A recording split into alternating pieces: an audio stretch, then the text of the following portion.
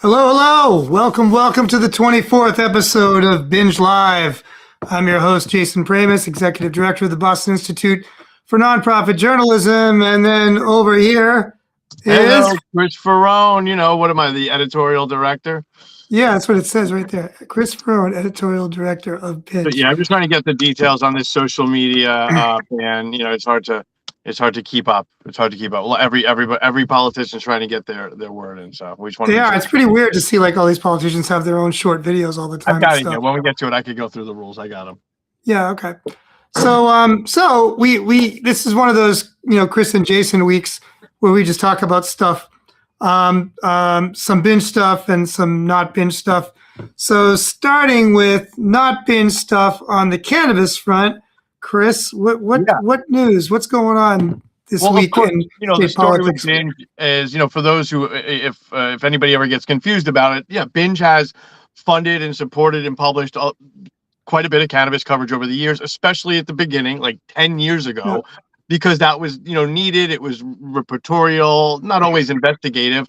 Now, Talking Joints Memo, which Jason and I and John Loftus also run, it's a for-profit. It doesn't make a lot of money, but it's able to kind of exist on its own.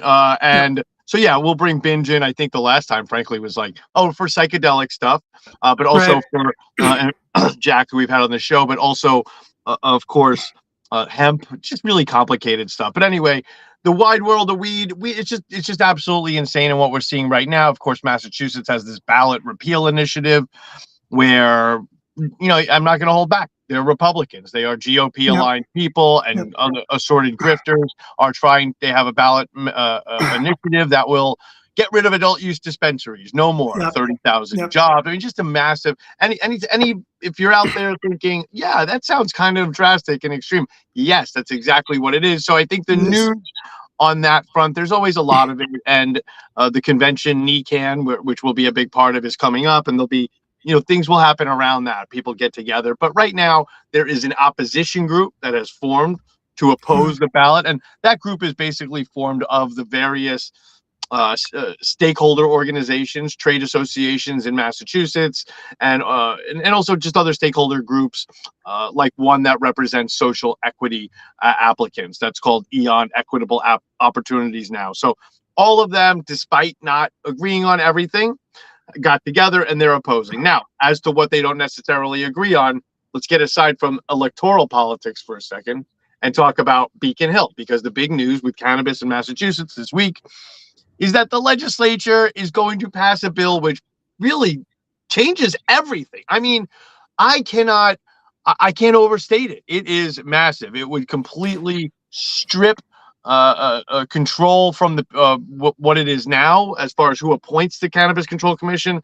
All this progress that's been made really would kind of wipe it out, start from scratch. The governor would be the only person with appointing power. There's some good stuff in the bill. It would double the amount of cannabis that people can have and that businesses can sell. That's, of course, to counter, unlike when we started in Massachusetts with adult use a decade plus ago, now neighboring states are competitors, right? So there's weed in New York over that border, Rhode Island to the south, Maine to the north, New Hampshire, of course, still stuck in the dark ages. Yeah. But this week was a Massachusetts legislature story, and we call this an omnibus bill. It's just multiple pieces of legislation rolled into one, and of course, it's done under with the alleged intent of reforming the industry. And that's not what this is going to do. Like I said, there are some positive aspects, some not so positive, in my opinion. One of those is that it doubles the number of dispensaries that one entity can own. Jason, think about this. So right now, you can own up to 3. It's going to be 6. So what are the big companies? They're already around. They're already around. They already have ownership. They're just going to start buying ones up. And I know there are some struggling businesses that think they're going to, have big paydays. My guess, that's not how corporate America works. They're going to wait. They're going to pick the bones, and that's what it's going to be. So we'll see how that shakes out. The governor hasn't signed this yet. We haven't. We do have a guest opinion by Dr. Jeff Rawson of the Institute of Cannabis Science at Talking Joints Memo, telling the governor, hey, you sign this bill, which, the House and Senate deliberated forever. You own it. You sign it, you own it. Now, I would say, yeah, I agree, but don't they already own it? I mean, the initiative that the voters of Massachusetts passed a decade ago that got us to use cannabis, that is very different from the law that we have. The law that we have was manipulated, rewritten a million times. So by the legislature, and now they're all mad that it doesn't necessarily working. We've had problems and many scandals with the Cannabis Control Commission, but that's going to happen. One of the first articles I wrote this year was, I said, you know what, out of curiosity, I wonder how similar what the CCC is going through right now, the Cannabis Control Commission, is to what the Alcohol Beverage Control Commission went through 100 years ago. Right. So, it's about, and guess what? No surprise, the parallels are uncanny. Graft, they were overworked with alcohol. They didn't have enough licenses to, basically the line was really long. People like banging down the door to turn their underground saloon into, speakeasy into a real bar.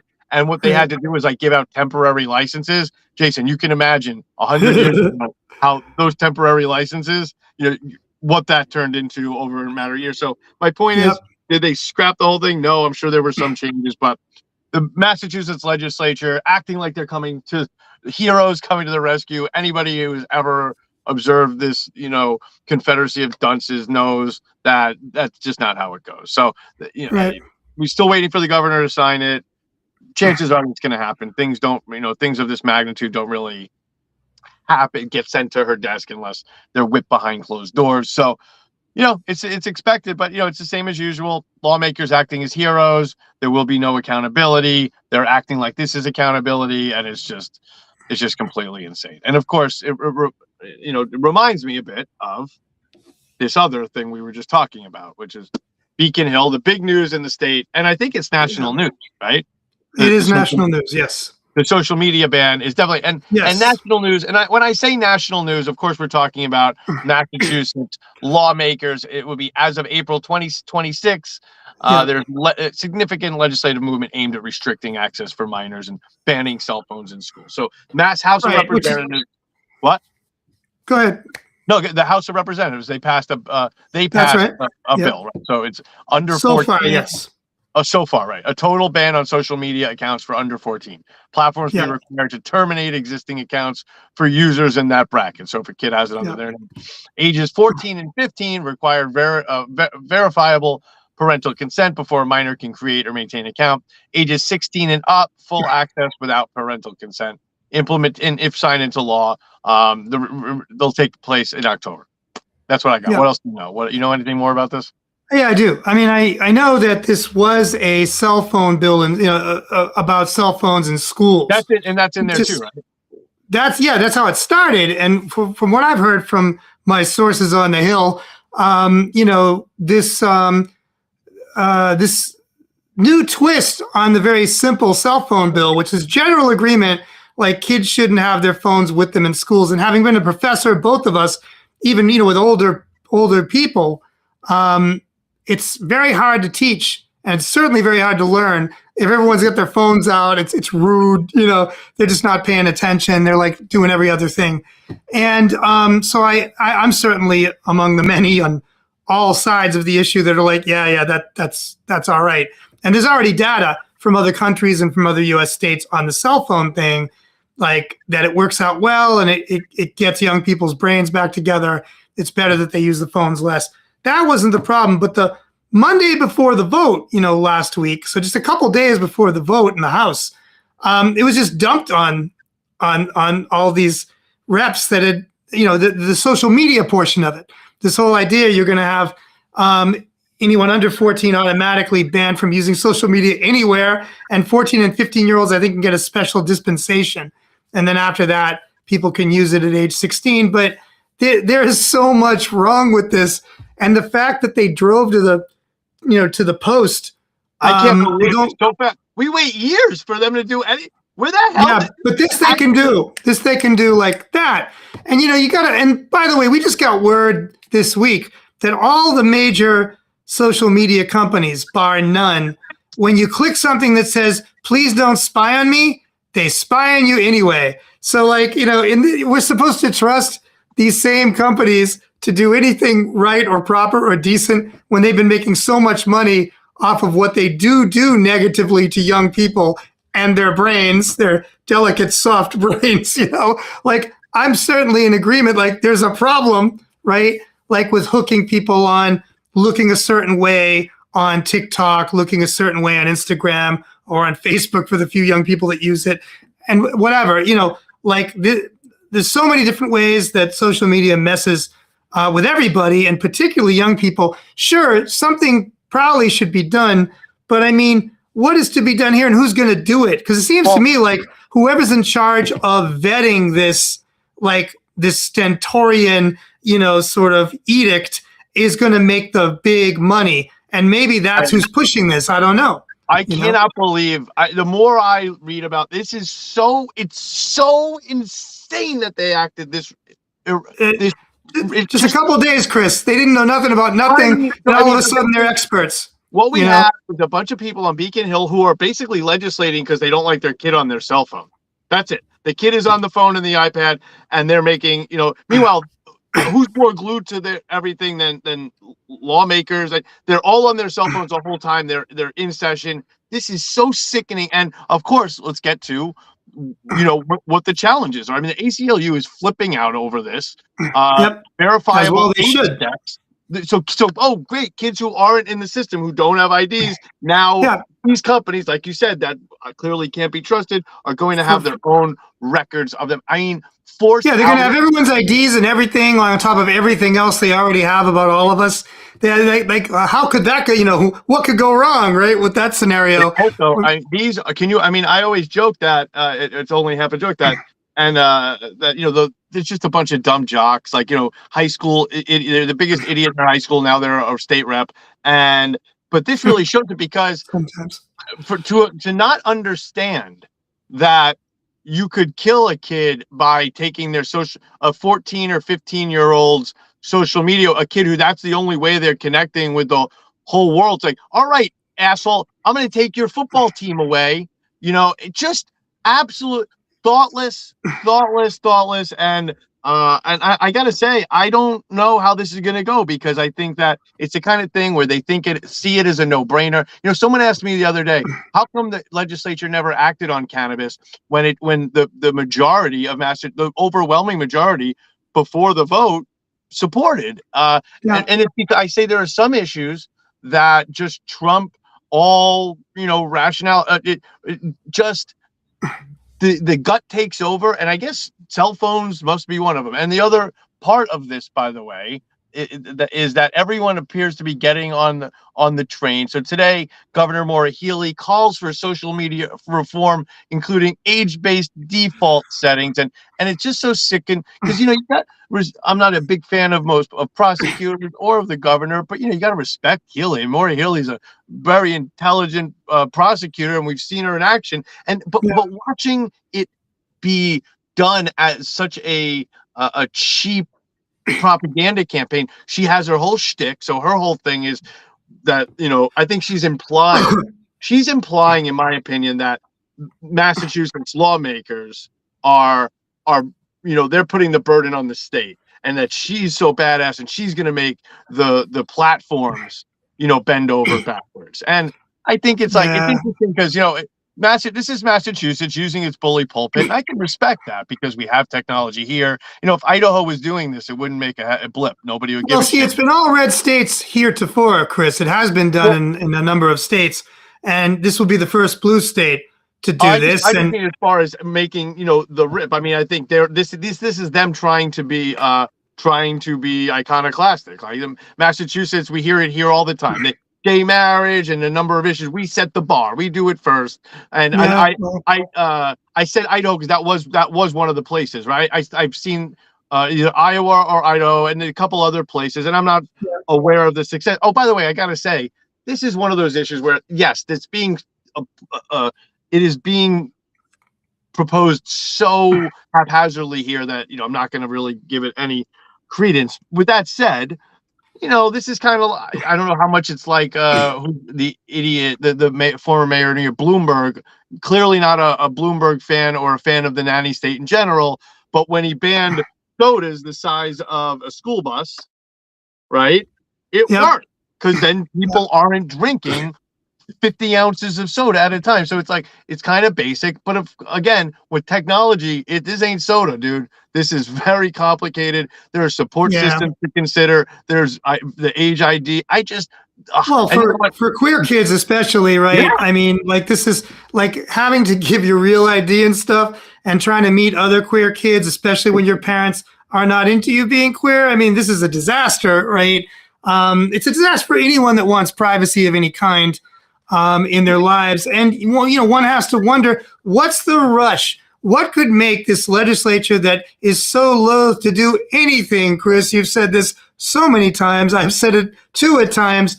But now they gotta do this right now. I mean, they really want to be the first blue state to do it this way? Do they? I assume it's because the tech giants, the social media companies, actually want this.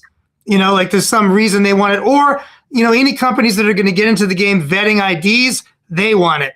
Like somebody with money wants this, right? So I'm looking at who are they? Who are the platforms, right? So like, you know, I think first of all, one thing that is always forgotten, and I don't think it's forgotten in this debate, it's been brought up, is that YouTube is the biggest social media platform. It's also one of the largest education platforms. I got a kid, nieces, nephews, YouTube, you know, free. A lot of content is free there. This is so absolutely insane. And of course, just it's kind of, we're usually arguing how behind technology they are. That surely that is the case. Here, they're not going to get in front of it in one day or 1 week of. Well, they're never going to stop kids from getting on either. Any kid with half a brain cell is going to be able to go to just to pull an example out of the air. Kids, you know, Tor, right, has a free VPN, you know, that you could just use. Not saying you should. I'm just saying there is such a thing as a free VPN, and should you deploy said VPN, then no one would know who you were. You know, Nicholas Negroponte had the famous Africa study, right? Where like they airdropped, you know, MIT like airdropped tablets into the middle of a village, and they picked the village because they didn't have written language. And then, you know, the way he tells it in MIT fashion was like, and you got to believe part of it. It's like where, you know, all the MIT eggheads suspected that they wouldn't even be able to turn them on. Within a day, half of them were turned on. Within 2 days, they were all turned on. Within a week, you know, people were doing this and using an average of 4 apps. Within 2 weeks, they were teaching the adults. Within 3 weeks, on the week 3, the camera got turned off by accident, and one of the kids hacked the mainframe and turned it back on. Something like that. So I think the point is like people are pretty people are pretty adaptable. Yeah, adaptable. We certainly see this with cannabis historically. Anything that, you know, one tries to ban in this kind of heavy-handed way, people are going to get around it, you know. But it does give more power and information to the very forces that I don't think any sane person in what's left of a democracy would want. You know, the social media giants, the tech giants. I don't think they should be having any more information about people. And if they want to cut their own throats by pissing off the young people that are supposed to be next in line to be their main clients, customers, victims, whatever, maybe they shouldn't treat people badly. It's only going to be a couple of years for a lot of them before they can use it, quote unquote, legally. Anyway, it's got to get through the Senate conference committee. The governor obviously is inclined to sign this thing, and maybe that has something to do with this too. I mean, they want to look good in a certain way, but I'm not sure who they want to look good to, because a lot of parents would be, you know, aghast at this. Yeah, I was at CVS the other day, and I saw it on this shelf, naked Doritos. You familiar with naked Doritos? They now have, and the whole thing, it says it's a beautiful bag because it's like white, right? Like it's like, you know, I'm not familiar with this. No. And naked, and it basically says like these Doritos don't have poison painted on them like the other Doritos, and I'm thinking like, why couldn't we just have naked Doritos since 1982? We could have all along, man. You know, poison Doritos, and I put like maybe in 2095, Facebook will be like, all right, fine, here's a version that doesn't, you know, uproot your entire life and for our benefit. But until then, folks, you get what you pay for, which is nothing. And given that Facebook just lost $88 billion on their whole meta thing, the whole virtual reality world with no Now, I have a legs on question. people. When they say they lost that, right? And then I Uh-huh. read articles about these dopes who paid $250,000 for, while there are homeless people, these Yeah, yeah, dopes yeah. who paid more, a Imaginary million land, right? for imaginary homes Yeah. that that marked. We I mean, I was heavily involved in Second Life back, 2006, 2007 through like 2011 or so. Same exact thing happened there on a somewhat smaller scale. what There was a there was a caste land system, rush. What? a caste system, like Oh, all of it happens. a caste system established in every time there's a a virtual world. Like we can't just. Yeah, yeah, yeah. Oh my God, we have to have Yeah, like millions the of MBTs and Nancy? stuff. Yeah. No, I mean, people were paying to live next to hip hop stars in this imaginary world that no one wanted to be part of, let alone pay money. And no one wanted to wear the giant friggin' headset, which apparently Mark Zuckerberg happens to be one of the people that doesn't get nauseous, get motion sick when he wears it. Oh, But a lot of people do get motion yeah, I sick. gotta say, I've never tried the meta ones, but I really, and I'm not exactly, beyond queasy. The ones at the like Dave and Buster's, those 5-minute rides, really Yeah. fun. But Yeah. I can never do it again. A I lot got of people react that absolutely. way. Yeah. Yeah, and who could have seen that coming? So I think Scientists. the thing about we lionize these billionaires, and the only reason that they are successful is because they have been stealing, cheating, robbing, ripping off, and of course Yeah. nothing's new. That's what Although they're good at, is the ripping off stuff. When they come up with their own ideas, they're usually terrible ideas. So this was an example of it. And this is more money than this money would fund like every school and college in the US for quite a while. Like it's a vast sum of money. And Facebook's just, Meta is just brushing it off. Like, oh yeah, that didn't happen. That's cool. We're gonna pivot to it AI wasn't their now. money. It was a lot. A lot of them was the guy who Zuckerberg saw at a cocktail party and was like, "Hey, you should buy this." Oh no, yeah. But I mean, they did. A piece of property. The company burned billions though, just running this thing, and it wasn't working, and it was delay after delay, and people weren't into it. It was super creepy, yeah, it was the world as seen through Zuckerberg's eyes, which is a disturbing vision indeed that people were not down with, nor are they down with, despite the relative success of the Ray-Ban glasses that are also connected to Meta. People are not down with those. People have been slapping them off other people's faces. What do we learn from those glasses, though? What's the lesson there? They're pretty good looking. I mean, aesthetics are still kind of important, as anybody who you invested in the Oakleys that go over the top of your head will tell you. Those, I think, by the way, if you have a pair of those at home, I think they sell for between $200 and $400 on eBay. So you got yourself a bill. There you go. So I don't know what else we got. I got a new story from Gene Traunstein. Let's talk about that. Yeah, so Gene has been, this is one of those things where it's kind of the blessing of being binge. There aren't many, right? But when you don't have to cover everything, and nobody's looking to you for everything, and you have your niches, we can even drill down closer, more narrow on those niches. And of course, prison and parole, our prison coverage, which has been literally award winning, and kind of sets the tone for a lot of policy discussions in the state, has been narrowed down more to really covering a lot of parole in the past couple of years. Also, guys, say shout out, thanks to the Shaw Foundation, the Gardner Howland Shaw Foundation out of Massachusetts, right here in Mass, that supports a lot of that funding, and a lot of that reporting. And even more niche is we've covered the Governor's Council. So, the whole point. We were followed by a counselor just today on Instagram. Well, that's why. There you go. Yeah, that's why. So basically, the story here is it's kind of funny because it's great to talk about, because our story is about how the Governor's Council is this incredibly consequential body, and yet nobody knows what it is or what it does. Right. And it's very simple. I'll summarize what Gene's writing here. We've written about this over and over. But the Governor's Council, they pick the judges. A lot of things. People don't ask a lot of basic questions. For example, on a separate note, people love saying follow the money, but ask anybody how government contracts are made. That's the money, right? And nobody knows. People love saying that. They don't love looking into it. At Binge, we look into it. So Where do judges come from? It's like, where do babies come from? And in Massachusetts, it is this incredibly complicated, strange process. There's something called the JNC, the Judicial Nominating Committee, right? This is like 20 plus attorneys. They have it's like a little, they don't obviously work in the state house. They're working attorneys, but they do have an office in the state house. And it's like this little secret door that's locked. And they're the ones who come up with the nominations. Okay. And then the governor nominates a person.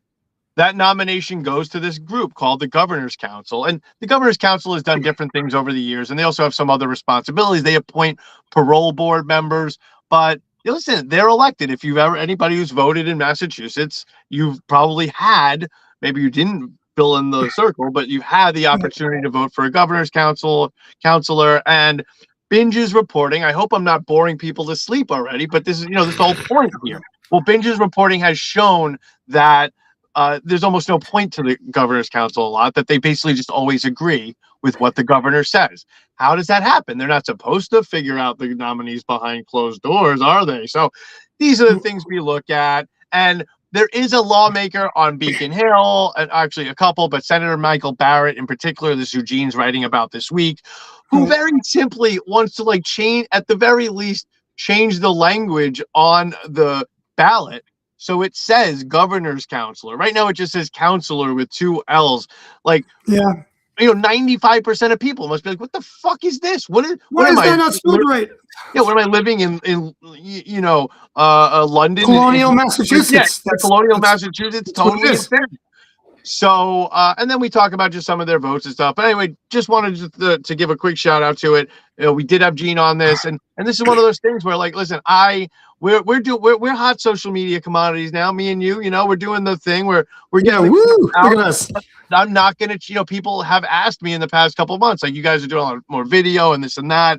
Are you still gonna do the journalism stuff? And you bet your ass, because the whole reason we're doing the video is because I am sick of people who are, do a lot of video that, they wake up in the morning and say, what am I going to make media about? I don't, the hell I know. There's so much news that needs to be told. Let's tell it. I'm sick of complaining. I just wanted to do it myself at this juncture. Yeah. And also there are people doing our old stories and doing these explainers. And frankly, I'm sure there's someone who can make the Governor's Council look a little sexier than I, but for right now, I'm what you got. And the more eyeballs, the better. And again, this is totally consequential. And I'll just say one more thing. This is important because this is a big part.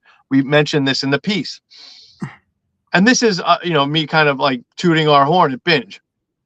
We went to the state a couple of years ago. We said, we want to know how all the votes for who did they vote for? What judges did they vote? Which governor's counselors voted for which judges? And you know what we were told? There's no record of that. There's no record. Right. There's no aggregated record. Here it is. So what did we do? They said, we have it in their files.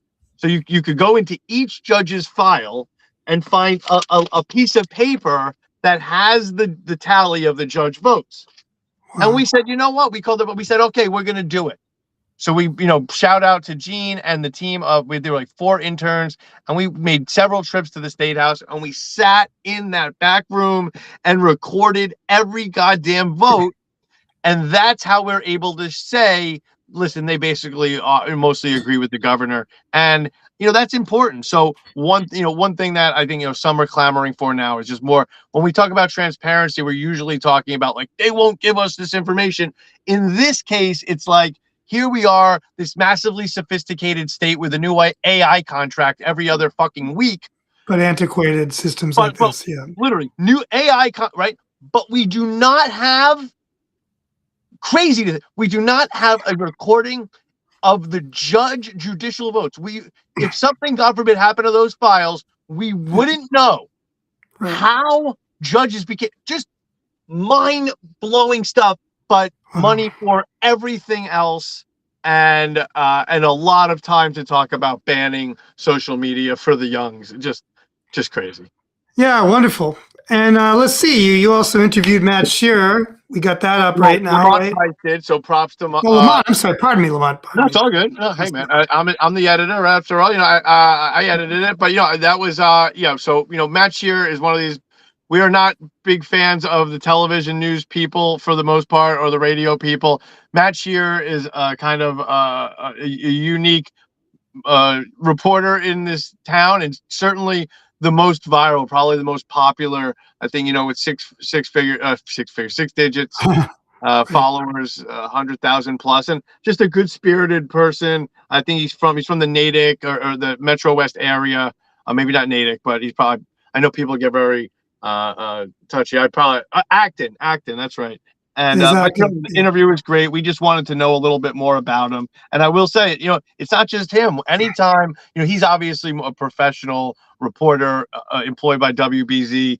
Not that it makes a difference. If you're doing reporting, you're doing reporting. He does a lot of really kind of public interest kind of stuff. But I always say, like, we at Binge, we do a lot of these like profiles or interviews with people like Matt, who are hugely popular, as individuals, way more popular than our whole organization, but nobody knows anything about them. So if they're like Millie's, the rapper from Cambridge, is a great example where G. Valentino Ball, Greg Ball, Binge board member, friend, writer, wrote a piece about Millie's years ago for Killer Boombox, his site, a partnership with ours, and it's been a while now, but for years it got a lot of traffic, even randomly, because it's not like the old media.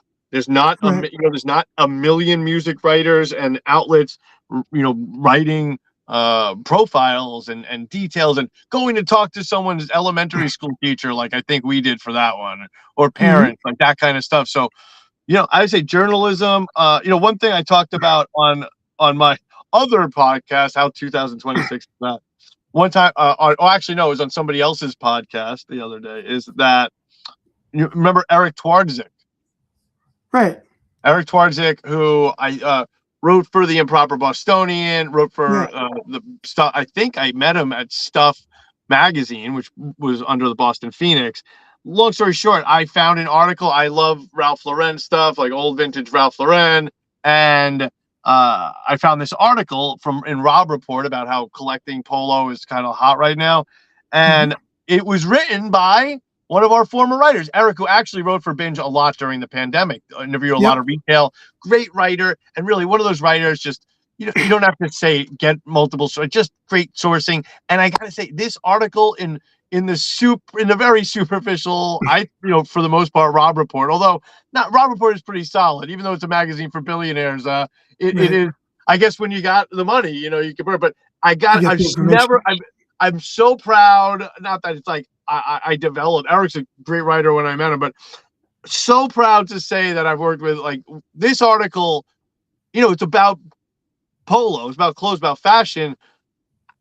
As diligently reported as any kind of like investigative. Interviewed literally at least half a dozen collectors, museums around Wow. the world, not even just the country. And so, really, I think it was a great example of how like journalism. If you're gonna do it, it shouldn't just be restricted to Watergate.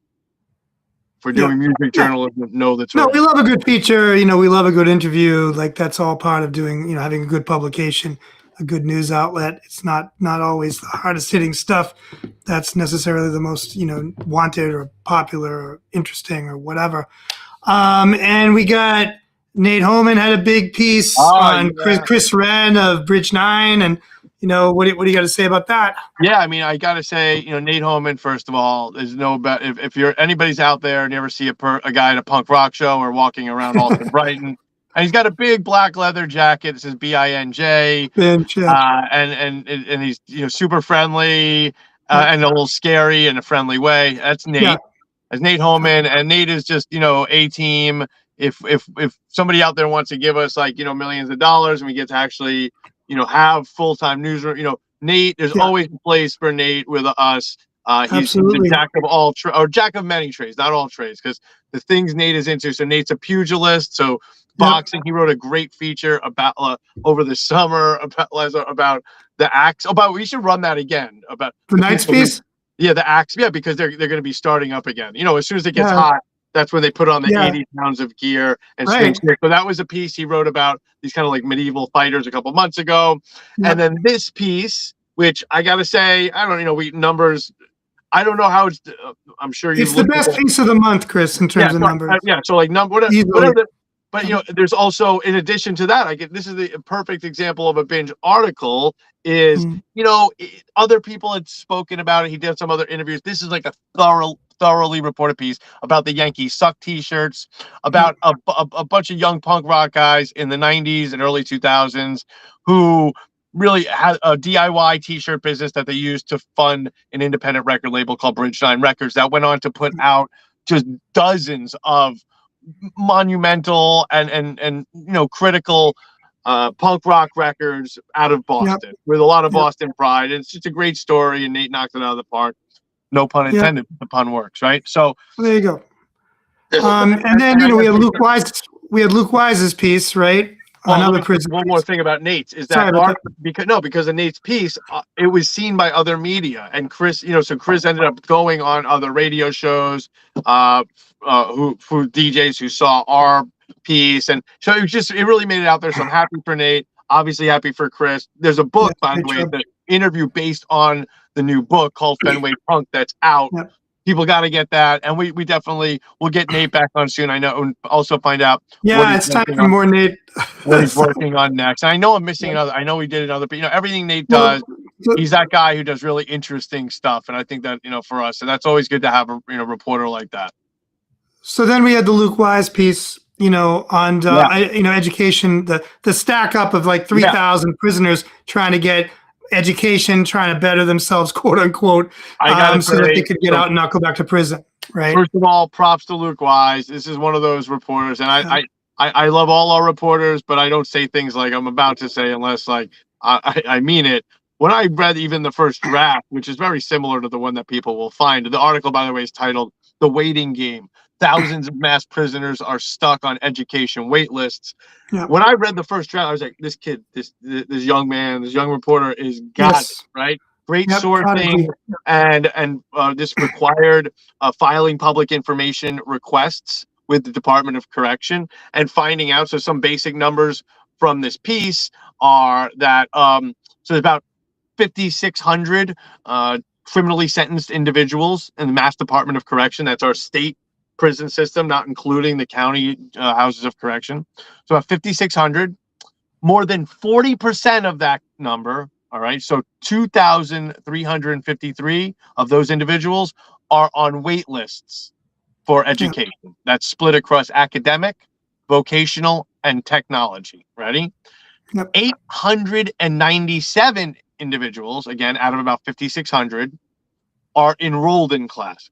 So 2,300 about on wait lists, at 900 enrolled. And this is one of those things where, listen, the DOC, they kept us legit. We had some advocates, had some number. Listen, the DOC is saying this is what we can do, and they really take offense to any criticism. That's, I guess, their job. And there is some education, but come on, that number's scary. I think I'm not a cornball who's always saying like we need to find ways to agree with Republicans and Democrats. No, whatever. It's Trumpian there, Chris. Yes. Well, because it's all Democrats anyway. They're making the decisions, as we spoke about before.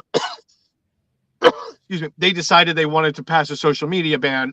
Yet we linger for years. We twist for years, waiting for anything, any kind of progressive action on prisons, which frankly Republicans in the South and in red states are doing, if not only for financial prudence. Yeah, alternate sentencing and stuff like that is already happening more. The reason, and I'm sorry for the long preamble, but my point on this one is that I think just the not letting people who are going to get out, or I'm sorry, anybody, and I'll explain that in a second, having people learning, productive use of their time, not doing slave labor, but learning, feeding their minds, being healthy, communicating with their families, and learning how to, they're going to reintegrate, get back into society, reentry. Everyone, I can't imagine a reason, anybody but a total asshole saying that shouldn't be the case. Now, as for lifers, people who are not going to get out, I know there's a lot of people, especially conservative cold hearts, who may not think that we should spend money educating lifers. Well, I'll change your mind in 1 second. Guess who people behind the wall look up to? Guess who runs the fucking prison? Okay. They have their own group, right? Well, they have a lifers group, but my point is their influence to the general population of a prison is enormous.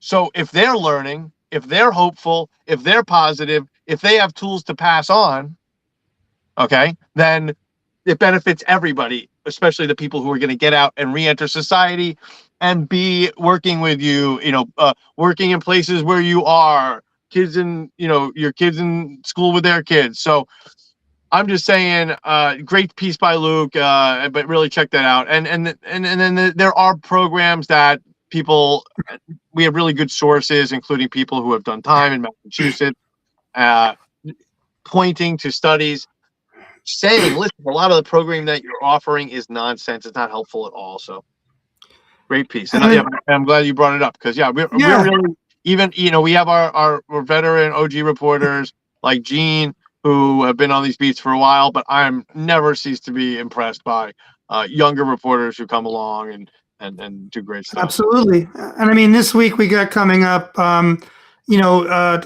couple more interns. Elizabeth Pless, I hope I'm pronouncing her last name correctly, has a very interesting piece where she's interviewing kind of different factions of Iranian expats that have different views on the current. Well, it's a ceasefire right now. I don't know how long it's going to hold. Obviously, Israel's not ceasefiring. That was what, Chris?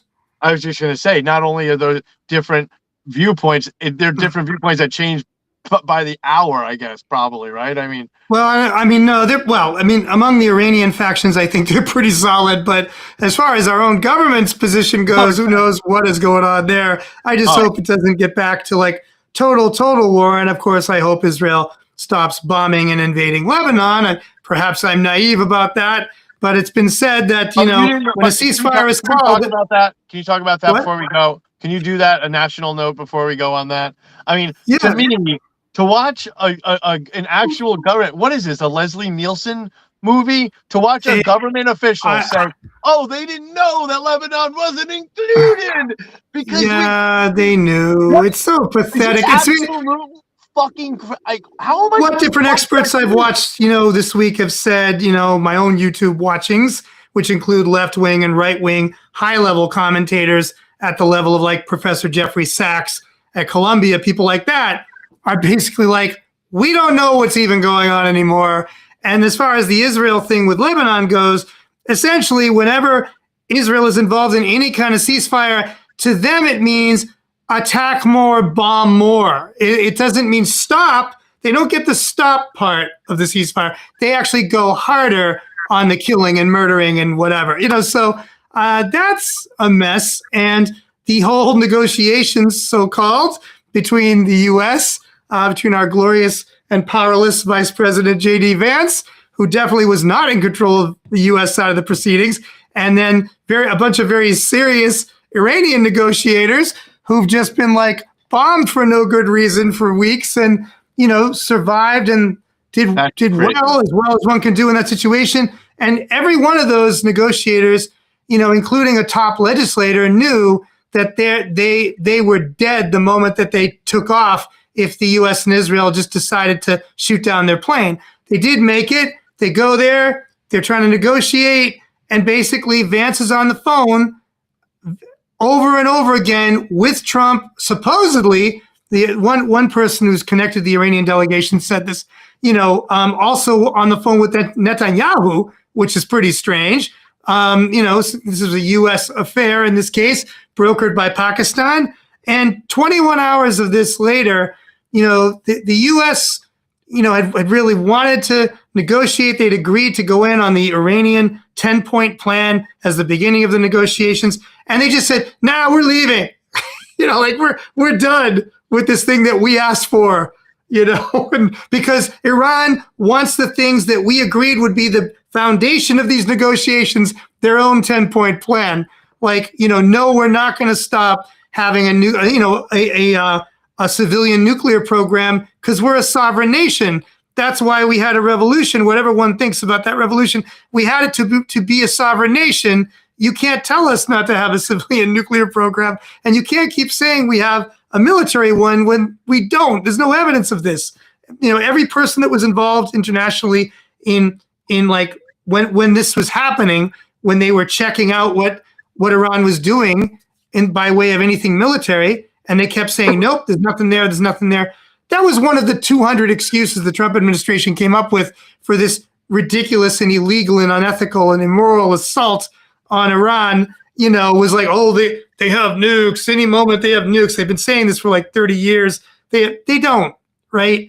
So that was a disaster. And now we're like, you've got a situation where a blockade was already enforced by the insurance companies on the oil tankers. It wasn't really Iran that is blockading the Strait of Hormuz. It's really like no one wants to send their expensive ships and put their crews in harm's way in a free fire zone. And so now the U.S. is kind of blockading the blockade. What does that even mean? The U.S. doesn't control the strait. It doesn't look like it's going to. Is it a ceasefire or not? Does the U.S. mean to blockade China? Like what, other countries that rely on the oil, Japan, India, Pakistan, et cetera, et cetera. Like what, it's psychotic, Chris. It's a mess, Chris. I don't know what this is anymore. Like, and how is this going to help Trump's, midterms? Oh, I think that's not, he told basically all Alex Jones, Candace Owens, and they're all mad at him. Yeah. To all fuck themselves, and therefore Dan, I think, and Tucker. So who knows? All right. He told the Pope. He said bad things to the Pope. Who does this? That's like the Pope. Maybe the Pope is the final villain in the Trump video. I don't know. Like it's like punching the Easter Bunny. Honestly, I'm exhausted. I don't want to go off. All right, we'll let you go. No, because you know how I feel about the liberals, the mainstream. Everybody's a fan of the Pope now. The Catholic, we're gonna be the Catholic. I know where you're going. Yeah. So you know what? Let's put a pin in it. It's like a respect thing. We don't have to love the guy or the institution, whatever. I mean, we don't have to love Iran's current government either. But did Gandhi ever diss anybody? It's kind of like, and the way he does it. Listen, I'm not gonna lie. You say Gandhi? The Pope's pretty smooth, I mean, the way he did. No, Gandhi had some messed up stuff about him. I mean, no. Did Gandhi or your piece? Listen, I know that I clearly not know. Listen, I've read Hitchens' book about Mother Teresa. None of the. I read that too. The missionary position. He used to say that there's a version called a British version published in the UK. Called The Sacred Cow, and now in hindsight, I'm not sure if he meant that as a joke or because Hitchens had this like deadpan. Anyway, all right. So one thing though, I forgot to. So Matea Ortiz, another intern, has a video coming out about the Comics in Color Festival that just happened. So we got. Oh hell yeah! And of course, we got other. Matea's great. We got other stuff. But we'll go. We'll call it an evening. We got to almost 50 minutes. Even with us just kind of talking about what we have in process, what's going on. I don't know what I'm writing about. I don't know if you know what you're writing about. Probably. I don't know. What are you? Well, we don't know yet. We'll figure it out. For next week? This week. Yeah, for this coming edition. Like I'm maybe checked out a lot. So I'll be, if I might have to check out next week too. I got a lot, but we'll see. Yeah, it's understandable. So I don't know what I'm doing. I like some of the parallel. I like some of the juxtapositions that we came up with tonight. So, for example, the AI spending. And by the way, props to our friends at the Shoestring. You know what? Why don't we? I'm going to commit right now. Why don't we talk to them? I want to run their piece that they did by John Garrett. They already agreed. I asked them last week. I just hadn't done it yet. All right, let's John, do it. Let's get that John Garrett writes for us. Did a great piece. We'd like to run it. Yeah. Great, so about how there's even, basically these technocrats, the Democrats often, they can't, there's no technology that they see that they think is, that they even want to question it. It's not even, I don't need them to condemn it. They're not questioning the rest of the world, and they live in these bubbles. Like, maybe I live in the opposite side of the bubble where everyone is questioning AI while using it in employment. It's not like I'm hanging out like on the street corner with Luddites here. In fact, quite the opposite. You look at someone like a Saul Tenenbaum, our board member. These are some of the people I know. It's awkward. It's people, real thinkers in this realm. We're not just saying no. We're talking about, hey, how many times, I know you roll your eyes. I recommend like Google tools to interns all the time. Some of this stuff is great if we're not talking about God knows what they're doing with it. A lot of that. And Zitron is a big critic of AI, so-called AI. Says, replace the word agent, like with app, and the word AI with application in like any paragraph with lots of AI stuff, and it's there are great tools out there, and Chris has been using all the stuff we were doing in music 12 years ago. Right? If you told me it was AI, like, oh shit, an app where an API that interacts with Spotify and can play me a song in every state that I'm driving across country, and I want to play music by bands from every city. Oh, there's an app that does it. People are like, where's that app now? Oh, guess what? Spotify's the only company left. There were supposed to be 1,000. Everything was supposed to be open source. Everybody was kumbaya. It was supposed to be dope. And then enshittification happened. Props to Corey with Doctoro there, right? And I think we got to get Saul on this show. Why don't we ask Saul for the week? Yeah, we should get Saul on the show. Yep. I'm gonna go, but this. All right. Yep. You too, but this has been fantastic. Let's do the pause. Bye, everybody. Yep. Great show. Oh yeah, we're gonna freeze now while I hit end stream. So ready.